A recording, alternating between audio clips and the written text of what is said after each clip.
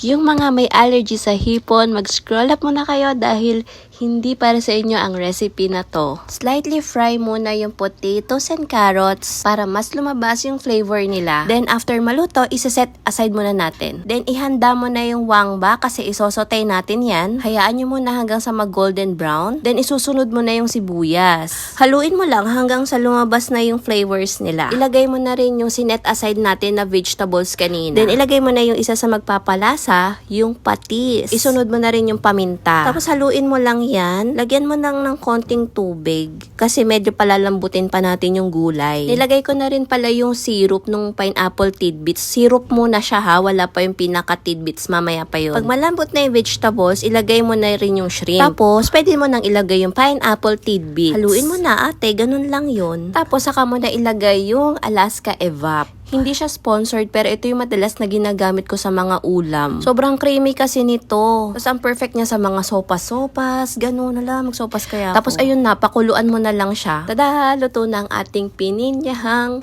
hipon. Ito yung kumpletong ingredients, i-pause nyo na lang. Pag ito yung niluto nyo, damihan nyo yung saing nyo kasi siguradong tataob yung kanin nyo. Yun lang guys. Bye!